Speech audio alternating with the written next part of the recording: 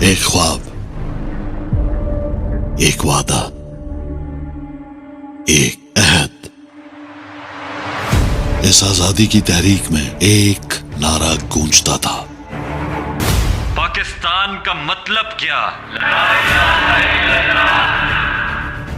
اب حقیقی آزادی کے لیے وہی نعرہ دوبارہ گونج رہا ہے۔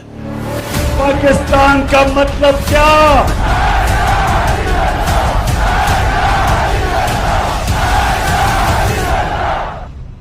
لا الہ الا اللہ ایک انسان کو آزاد کر دیتا ہے۔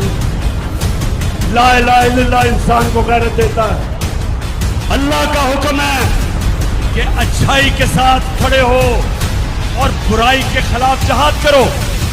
یہ جو اب وقت ہے یہ اپنی ملک کی حقیقی آزادی کی جہاد کا وقت ہے۔ میں آج اب پاکستانیوں کو کہہ رہا ہوں کہ توڑ دو یہ خوف کے بت کو توڑ دو۔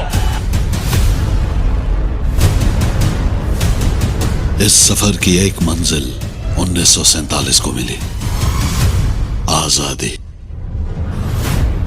اب وقت ہے جستجو کا اگلی منزل کے لیے، حقیقی آزادی۔